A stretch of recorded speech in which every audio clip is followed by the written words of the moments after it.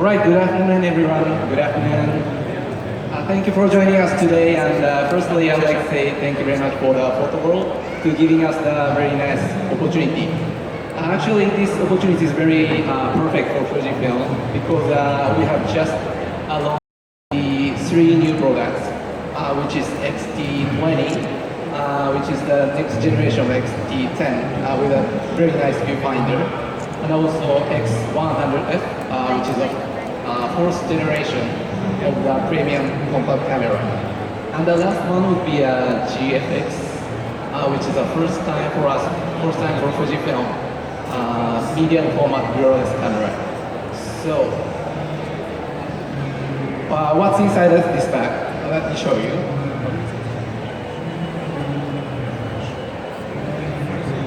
Right, the very high image quality.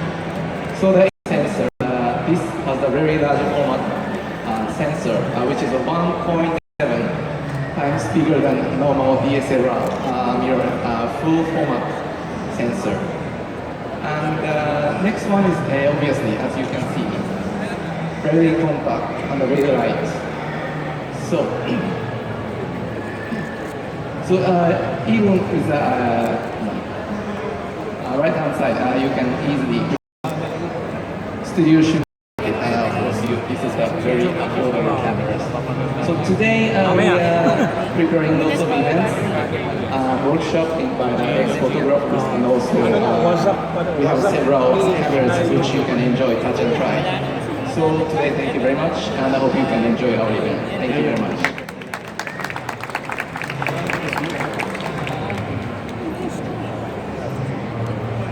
Thank you so much. Oh, wasn't that a beautiful camera that he was holding? I know I was excited when I heard about that launch, so I'm happy to be here today. May I call on stage Mr. Glenn Gatan, the product specialist for Fujifilm Philippines, to talk a little bit more about the camera. Thank you, Grandpa. Good afternoon, everyone. So I'm here to talk about, of course, US products, the GFX, but I'm also going to talk about the other new products, exciting new products from Fujifilm. We also have, of course, the X100F, the XT20, and of course the new 50mm f2 lens.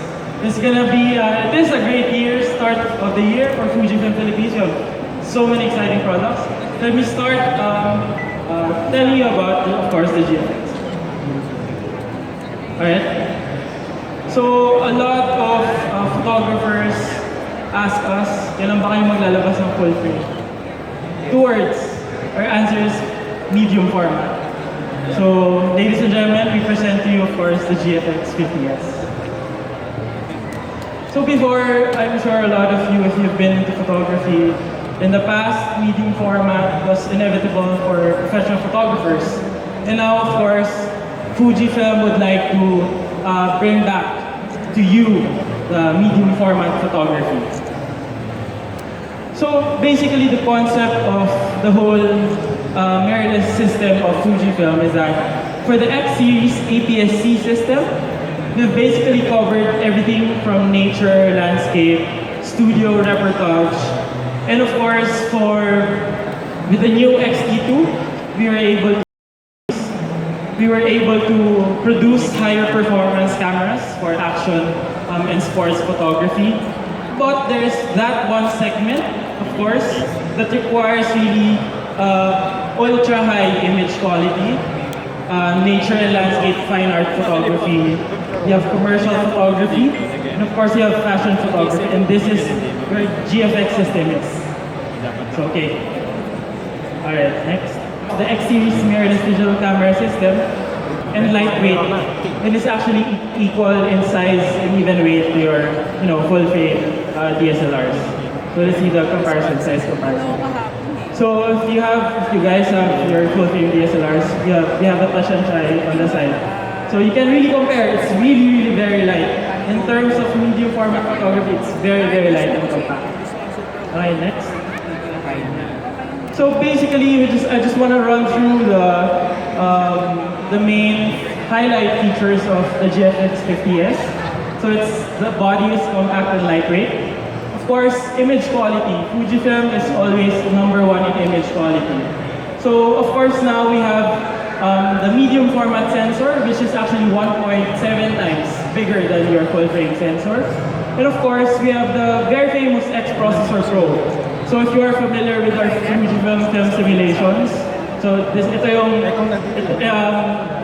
the X Processor Pro, siya yung nagbibigay ng color ng Fujifilm. And of course, we believe that a new camera deserves made in tandem with your lens. So of course, we have new mount and new lens series. We call them the G mount. And of course, it supports professional needs. So you have software support for RAW, for tethering, basically for studio and commercial work. And then of course, we have different accessories. We have the EVF, delta adapter, vertical battery grip, and of course, the GF lenses. And of course, like I said earlier, X Processor Pro, it provides really the Fujifilm film simulations that we are very, very famous for. So the films that we used to make, Provia, Astia, Classic Pro, Acros, they're made available to the GFX 50S because of the X Processor Pro. So we have 3 questions that we want to answer. So why medium format? Why mirrorless? And of course, at the end of the day, why would you choose Fujifilm medium format mirrorless camera? Alright, first, why medium format? So, basically yun lang eh. Ang laki ng sensor, ang laki ng size difference ng sensor between a full frame sensor and your medium format. But aside from that, a larger pixel size means better ISO quality. And of course, we have optimized the micro lenses and processing to achieve really very high sharpness. And of course, ISO and dynamic range. So later, I'm sure our ex-photographers can tell you how good the dynamic range of the GFX is. And of course, we have different aspect ratios. So for example, this one, next is 4:3. This is the full resolution of the sensor. The next, we have also 3:2 at 45 megapixels. You can also shoot 16:9 para the cinematic feel. Or 1:1. It's available because of the GFX 50. So kaya ba? It's 7:6. 5:4. And of course, you can do panorama shot 65:24. We at Fujifilm believe that we don't just develop a new and very good camera. We believe that the lenses are also very important, are key to achieving very high image quality. And of course, we developed a brand new lens system for the GFX, so we call it the GF lens concept, which is basically the same as your X series.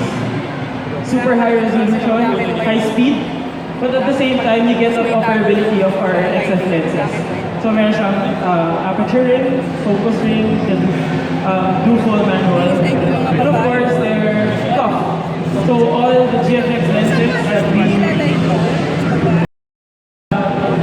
are available with the camera are all weather resistant.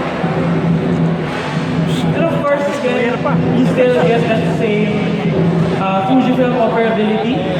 So if you're coming from an X-T2, an X Pro 2, walang problema. All the dials are outside the camera. You'll feel at home right away with the GFX. And this is what photographers really love about Fujifilm. So before you even turn on the camera, diba? You can already set shutter speed, ISO, before you even start shooting. So aside from that, why do you need to go mirrorless? Why did you choose to go mirrorless with the GFX? Again, really, the main benefit of mirrorless cameras is that short flange of the lens sobrang liit, meaning less prone for the light to not to enter the sensor, meaning more information gets into the sensor details, more resolution for you. So as you can see, it's just 26.7 mm flash back. if compared to DSLR medium format cameras, malaki yung flashback na because of course they have the mirror inside. Alright, next please. And of course, we have very low shutter shock. Meaning, unlike your medium format DSLR lenses, that there is a mirror inside na nag-move. Because it's basically mirrorless, you don't get that mirror shock. So you get better really resolution, better sharpness for your images. And then of course, I can't stress it enough, it's very light. Next piece, the total weight is just, with the EVF, is 1.3 grams. Alright, and of course, we have a detachable EVF. If with the XT2 or even the XT1, it's this big, it's 0.77 times the magnification. Guess how much bigger it is in? It's 0.85. So you really get that, whole view using the viewfinder. And I know a lot of photographers are excited about this accessory. So we actually have an optional EVF tilt adapter. So you can shoot like this, you can shoot sideways using the electronic viewfinder. Next. And pwede mo po siyang i-tilt 90 degrees up. So when holding the camera, you can actually use it and use the viewfinder. Alright? And this is something new with our cameras. There's a sub-LCD monitor above, so you can, check your settings. And of course, we still have that very good 3.2 large high-resolution screen. But get this, it's touchscreen. So. And as you all know, the benefit, another benefit of going mirrorless is that the focus pixels are actually embedded onto the sensor.